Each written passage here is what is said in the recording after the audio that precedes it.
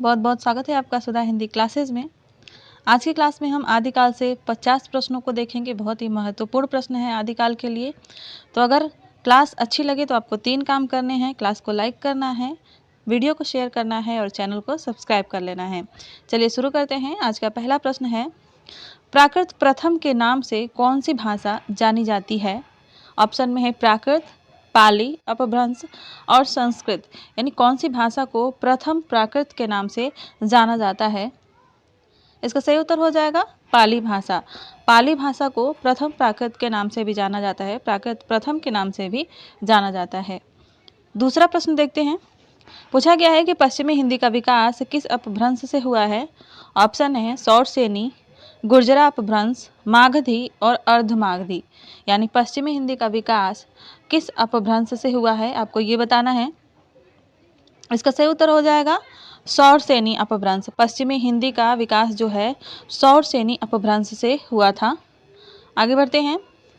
3 number का प्रश्न पूछा जा रहा है कि पूर्वी हिंदी की बोलियां कौन सी नहीं है? पूर्वी हिंदी की बोली कौन सी इनमें से नहीं है? अवधी, बघेली, छत्तीसगढ़ी और बांगरू। तो पूर्वी हिंदी के अंतर्गत अवधी, बघेली, छत्तीसगढ़ी ये तीनों आती हैं। जो नहीं है वो है बांगरू। बांगरू जो है जाटू, इसको ना जाटू या हरियाणवी भी कहा जाता है बांगरू को, जो कि पूर्वी हिंदी के अंतर्गत नहीं आती है, राजस्थानी हिंदी के अंतर्गत आती है। उसे जाटू या हरियाणवी भी कहते हैं, ध्यान रखिएगा। अगला प्रश्न देखते हैं 4 नंबर का। मेरठ, दिल्ली, सहारनपुर आदि क्षेत्रों में बोली जाने वाली बोली कौन सी है जो कौरवी के नाम से जानी जाती है? मुझे लग रहा है ये बहुत ही आसान क्वेश्चन है, आप सभी को आएगा। कौरवी के नाम से कौन सी बोली बोली जाती है? ऑप्शन में है अवधी, ब्रज, खड़ी बोली और कन्नौजी। सही उत्तर हो जाएगा इसका खड़ी बोली। खड़ी बोली को जो है कौरवी के नाम से भी जाना जाता है और इसका क्षेत्र है मेरठ, दिल्ली, सहारनपुर इत्यादि के क्षेत्र में ये बोली जाती है।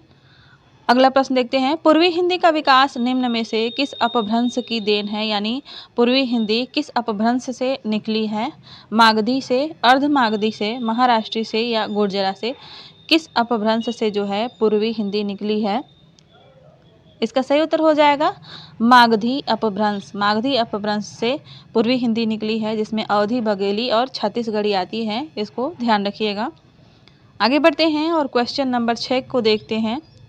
प्रश्न है कि हिंदी भाषा का प्रारंभ कब से माना जाता है?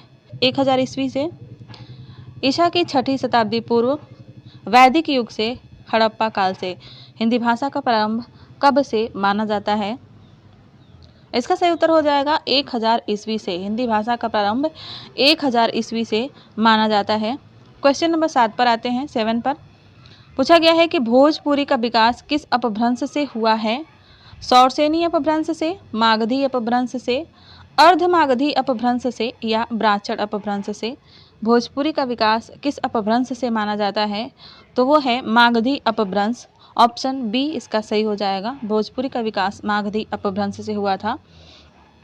अगला प्रश्न है कि हिंदी साहित्य के इतिहास लेखन की परंपरा का सूत्रपात किसने किया था? यानी हिंदी साहित्य का इतिहास लेखन जो है उसकी शुरुआत किसने की थी? सूत्रपात यानी उसकी शुरुआत किसने की थी? ऑप्शन में है Ramchandra Shukla, George Grierson, Garcin दत्तासी और टेसी टोरी। आपको बताना है कि हिंदी साहित्य का इतिहास ग्रंथ लिखने का सूत्रपात किसने किया था, शुरुआत किसने की थी? वो थे गार्सा दत्तासी। गार्सा दत्तासी ने हिंदी साहित्य का प्रथम इतिहास लिखा था, वो भी फ्रेंच भाषा में। यह 2 भागों में प्रकाशित हुआ था। इसका प्रथम संस्करण है जो वो 2 भागों में प्रकाशित हुआ था। पहला जो है वो 1839 यानी 39 में प्रकाशित हुआ था और दूसरा 1847 ईस्वी में प्रकाशित हुआ था। इसको आप लोग ध्यान दीजिएगा। प्रश्न 9 को देखते हैं। प्रश्न संख्या 9 पूछा जा रहा है कि निम्नलिखित में से कौन सा सुमेलित नहीं है? ग्रंथों के नाम दिए गए हैं और उनके लेखक दिए गए हैं। सबसे पहले है राजस्थानी भाषा और साहित्य, मोतीलाल मेनारिया। हिंदी साहित्य का वैज्ञानिक इतिहास, डॉक्टर गणपति चंद्र गुप्त। हिंदी साहित्य का वैज्ञानिक इतिहास, सर जॉर्ज ग्रियर्सन या शिव सिंह सरोज, शिव सिंह सेंगर। कौन सा इसमें जो है हमें सुमेलित नहीं है छांटना है, कौन सा असत्य है यानी सुमेलित नहीं है? इसका सही उत्तर हो जाएगा श, हिंदी साहित्य का वैज्ञानिक इतिहास। यह गणपति चंद्र गुप्त डॉक्टर गणपति चंद्र गुप्त का इतिहास ग्रंथ है। सर जॉर्ज ग्रियर्सन का इतिहास ग्रंथ नहीं है। सर जॉर्ज ग्रियर्सन का इतिहास ग्रंथ है the modern vernacular literature of Hindustan. तो इसका सही उत्तर हो जाएगा श, क्योंकि हमें जो सुमेलित नहीं है वहीं छांटना था। 10 नंबर का प्रश्न है कि इनमें से हमें असत्य कथन छांटना है, यानी इसमें से असत्य कथन कौन सा है। ऑप्शन में है शुक्ल जी का इतिहास ग्रंथ सन 1929 में प्रकाशित हुआ था। गार्षद तासी हिंदी साहित्य के इतिहास के प्रथम लेखक हैं।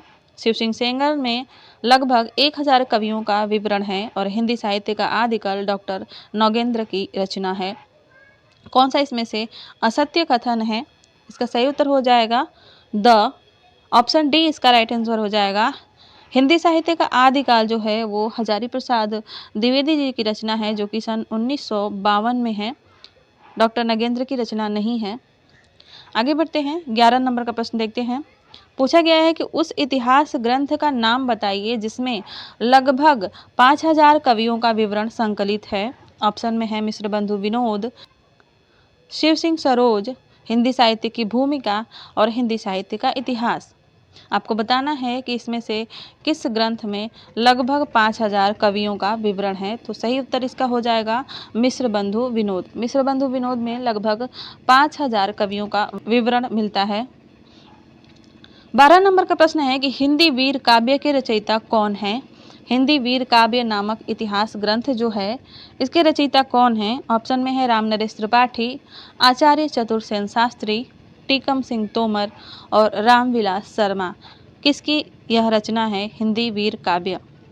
इसका सही उत्तर हो जाएगा टीकम सिंह तोमर।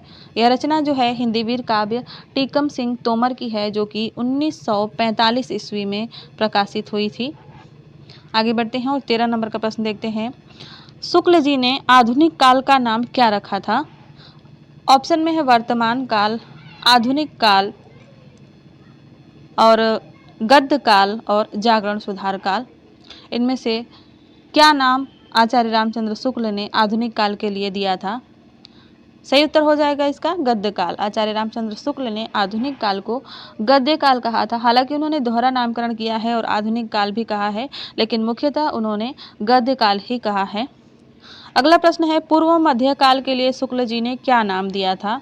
ऑप्शन में है भक्ति काल, पूर्व माध्यमिक काल, रीति काल या इनमें से कोई नहीं। इसका सही उत्तर हो जाएगा भक्ति काल। उन्होंने पूर्व मध्य काल को भक्ति काल कहा था और उत्तर मध्य काल को रीति काल कहा था। अगला प्रश्न देखते हैं। 15 नंबर का प्रश्न पूछा जा रहा है कि किस इतिहास लेखक ने हिंदी साहित्य का प्रारंभ 1050 विक्रमी से माना है, यानी 1050 विक्रम संवत से स्वीकार किया है। ऑप्शन में है हजारी प्रसाद द्विवेदी, रामचंद्र शुक्ल, डॉक्टर नगेंद्र या मिश्र बंधु। तो सही उत्तर हो जाएगा रामचंद्र शुक्ल। रामचंद्र शुक्ल जी ने अपने इतिहास ग्रंथ में हिंदी साहित्य का प्रारंभ 1050 विक्रम संवत से 1375 विक्रम संवत माना है। 1375 विक्रम संवत माना है। इसको आप लोग ध्यान दीजिएगा। बढ़ते हैं अगले प्रश्न की तरफ। 16 नंबर का प्रश्न पूछा जा रहा है कि डॉक्टर राम कुमार वर्मा के काल विभाजन में हिंदी साहित्य का प्रारंभ कब से माना गया है। यानी डॉक्टर राम कुमार वर्मा का जो हिंदी साहित्य का इतिहास है, हिंदी साहित्य का आलोचनात्मक इतिहास, उसमें इन्होंने हिंदी साहित्य का काल विभाजन कब से प्रारंभ किया है। ऑप्शन में है 700 विक्रम संवत, 750 विक्रम संवत, 1000 विक्रम संवत और 1050 विक्रम संवत। इन्होंने कब से शुरुआत मानी है। इसका सही उत्तर हो जाएगा 750 विक्रम संवत। अगर हम इसको ईस्वी सन में बनाएंगे तो हो जाएगा 693 ईस्वी, और 693 ईस्वी से लेकर 1693 ईस्वी तक का ही वर्णन इन्होंने अपने इतिहास में किया है। आगे बढ़ते हैं और अगला प्रश्न देखते हैं 17 नंबर का। जॉर्ज ग्रियर्सन की रचना का हिंदी में अनुवाद किसने किया था। ऑप्शन में है किशोरी लाल गुप्त, रामचंद्र शुक्ल, राहुल सांकृत्यायन या इनमें से कोई नहीं। जॉर्ज ग्रियर्सन की जो रचना थी the modern vernacular literature of Hindustan, उसका हिंदी में अनुवाद जो है किशोरी लाल गुप्त जी ने किया था। तो इसका ऑप्शन ए सही हो जाएगा, किशोरी लाल गुप्त। आगे बढ़ते हैं और अगला प्रश्न देखते हैं। अगला प्रश्न है प्रत्येक देश का साहित्य वहाँ की जनता की चित्तवृत्ति का संचित प्रतिबिंब होता है। यह कथन किसका है। आपको बताना है कि यह कथन किसका है। ऑप्शन में है मिश्र बंधु, डॉक्टर धीरेन्द्र वर्मा, रामचंद्र शुक्ल और श्याम सुंदर दास। यह एक कथन है जो परीक्षाओं में बार बार पूछा जाता है कि प्रत्येक देश का साहित्य वहाँ की जनता की चित्रवृत्ति का संचित प्रतिबिंब होता है और यह कथन है आचार्य रामचंद्र शुक्ल जी का। मोस्ट इम्पॉर्टेंट कथन है और मोस्ट इम्पॉर्टेंट क्वेश्चन भी है, आप इसको ध्यान रखिएगा। आसान क्वेश्चन ही परीक्षा में गलत हो जाते हैं क्योंकि हमें बहुत ज़्यादा कॉन्फिडेंस हो जाता है कि ये क्वेश्चन तो मुझे आ रहा है और इस वजह से गलत हो जाते हैं। तो जो आ रहे हैं क्वेश्चन उनको भी आप बार बार दोहराते रहिए, रिपीट करते रहिए ताकि हाथ जो है एकदम सही वाले आंसर पर ही टिक करे। आगे बढ़ते हैं और अगला प्रश्न देखते हैं। 19 नंबर का प्रश्न इसमें पूछा जा रहा है कि आचार्य रामचंद्र शुक्ल ने आदिकाल का निर्धारण कहाँ से कहाँ तक किया है, यानी किस समय से किस समय तक किया है। ऑप्शन में है 1050 ईस्वी से 1375 ईस्वी तक, 933 ईस्वी से 1318 ईस्वी तक, 850 ईस्वी से 1100 ईस्वी तक, या उपरोक्त में से कोई नहीं। आपको बताना है कि आचार्य रामचंद्र शुक्ल ने आदिकाल का जो समय सीमा बताई है आदिकाल की, वह कहाँ से कहाँ तक है। इसका सही उत्तर हो जाएगा 993 ईस्वी से 1318 ईस्वी तक। ऑप्शन बी इसका राइट आंसर हो जाएगा। अगला प्रश्न देखते हैं 20 नंबर का। पूछा गया है कि आदिकाल को संधि काल का नाम किसने दिया। ऑप्शन में है रामचंद्र शुक्ल, डॉक्टर रामकुमार वर्मा, महावीर प्रसाद द्विवेदी और डॉक्टर नागेंद्र। आदिकाल को संधि काल किसने कहा है। सही उत्तर हो जाएगा इसका रामकुमार वर्मा। रामकुमार वर्मा ने आदिकाल को संधि काल भी कहा था और इनके ग्रंथ का नाम आप लोग जानते ही हैं, हिंदी साहित्य का आलोचनात्मक इतिहास, जिसका समय है यानी यह प्रकाशित हुआ था 1938 ईस्वी में। अगला प्रश्न देखते हैं 21 नंबर का प्रश्न है, रासो ग्रंथकारों में निम्नलिखित में से कौन सी प्रवृत्ति नहीं थी। आश्रयदाताओं की अतिशयोक्तिपूर्ण प्रशंसा, ये था। डिंगल पिंगल भाषा, ये भी थी। जैन बौद्ध धर्म से संबंधित रचनाएं, यही जो है असत्य कथन है, हमें प्रवृत्ति नहीं थी ढूंढना है, तो यही इसका सही उत्तर हो जाएगा। जैन बौद्ध धर्म से संबंधित रचनाएं जो है रासो ग्रंथकारों ने नहीं लिखी थी। अगला प्रश्न देखते हैं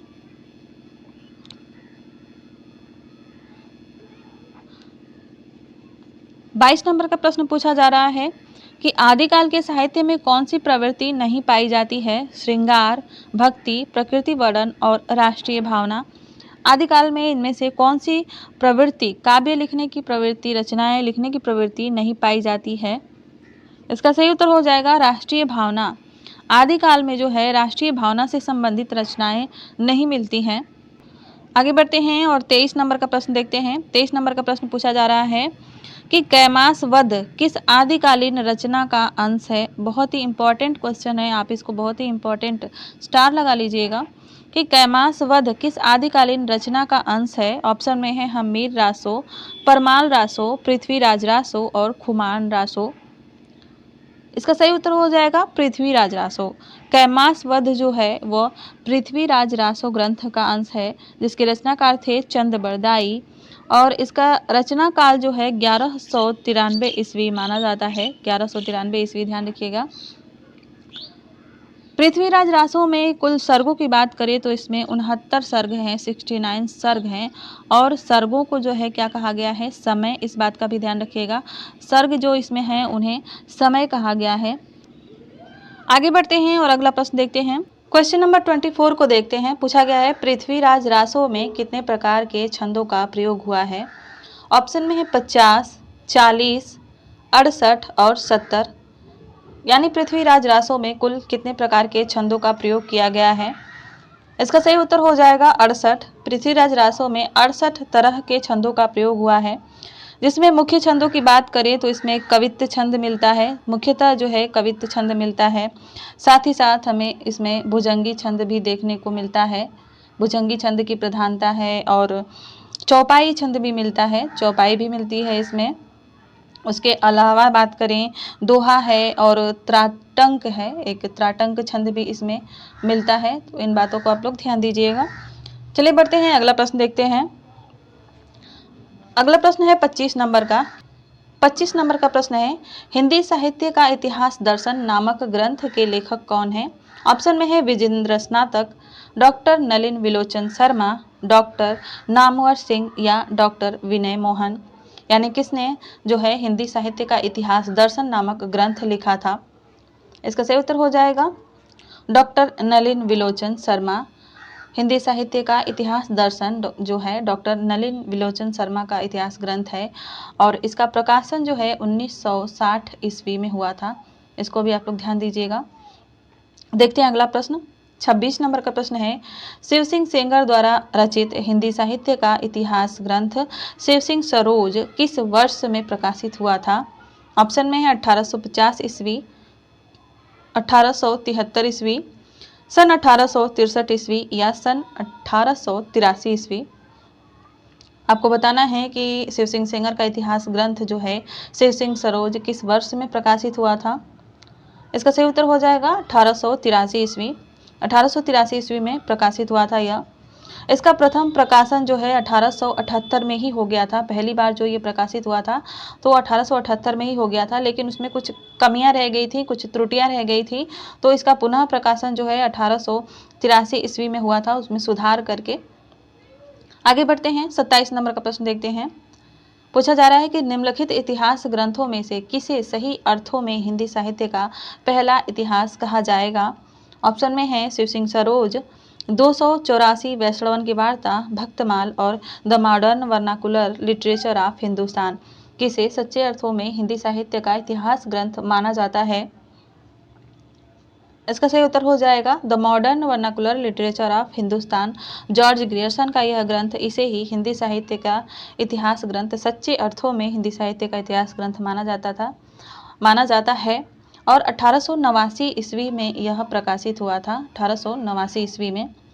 आगे बढ़ते हैं और 28 नंबर का प्रश्न देखते हैं। पूछा जा रहा है कि हिंदी साहित्य का आलोचनात्मक इतिहास किसने लिखा था?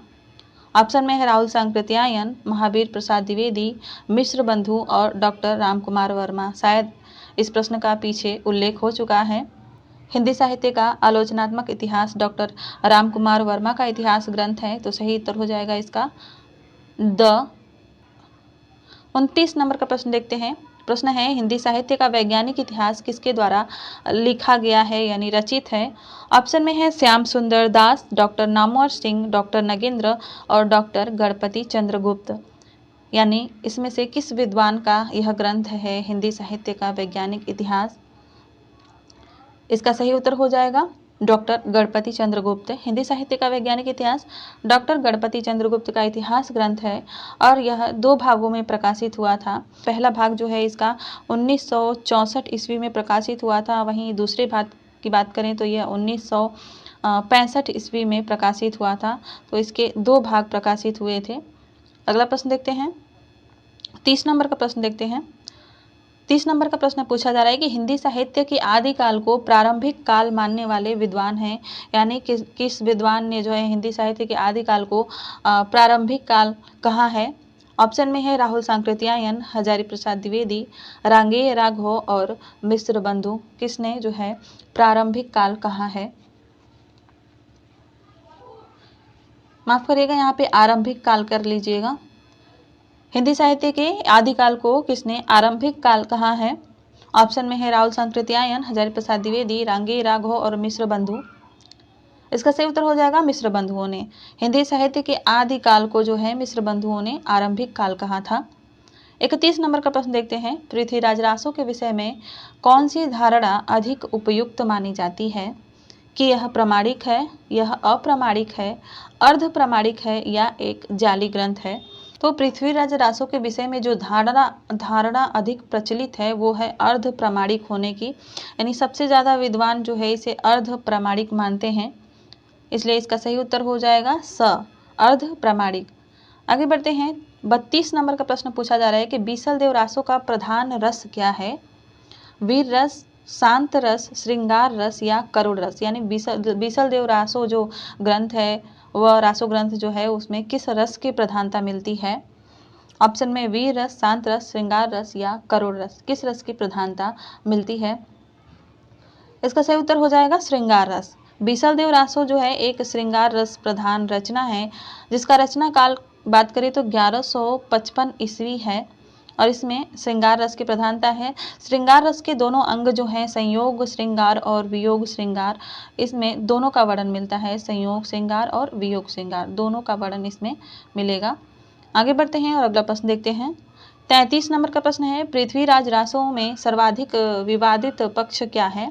भाषिक संरचना, ऐतिहासिकता, चरित्रांकन और प्रबंधात्मकता। आपको बताना है कि पृथ्वीराज रासों में इसमें से सर्वाधिक विवादित पक्ष कौन सा रहा है। बात करें भाषिक संरचना की तो भाषिक संरचना अच्छी है इसकी। चरित्रांकन भी बहुत ही अच्छी तरीके से हुआ है पृथ्वीराज का, और प्रबंधात्मक रचना है तो यह सही भी है। बात करें ऐतिहासिकता की तो यही जो है सबसे विवादित पक्ष रहा है पृथ्वीराज रासों का, तो सही उत्तर हो जाएगा इसका बी। 34 नंबर का प्रश्न है कि निम्नलिखित में से बीसल देव रासों के रचयिता कौन है? जगनिक, चंद्रबरदाई, नरपतिनाल और भट्ट केदार। बीसल देव रासों किसकी रचना है? सही उत्तर हो जाएगा इसका नरपतिनाल।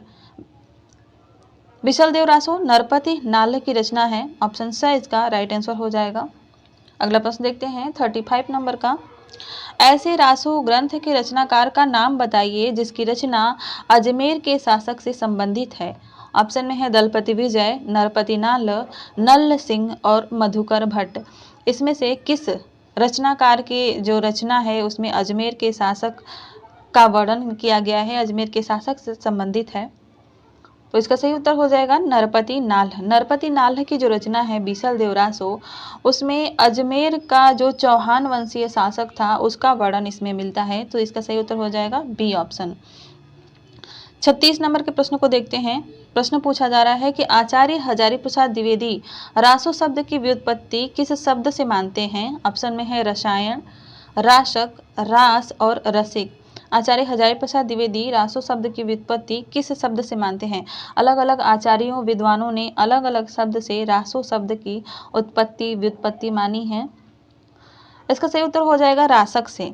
आचार्य हजारी प्रसाद द्विवेदी जो है रासो शब्द की उत्पत्ति रासक से मानते हैं। वहीं शुक्ल जी की अगर बात करें, शुक्ल जी की, तो शुक्ल जी जो है रासो शब्द की व्युत्पत्ति रसायन से मानते हैं। रसायन या रसायन दोनों जो शब्द हैं उसको उन्होंने स्वीकार किया है।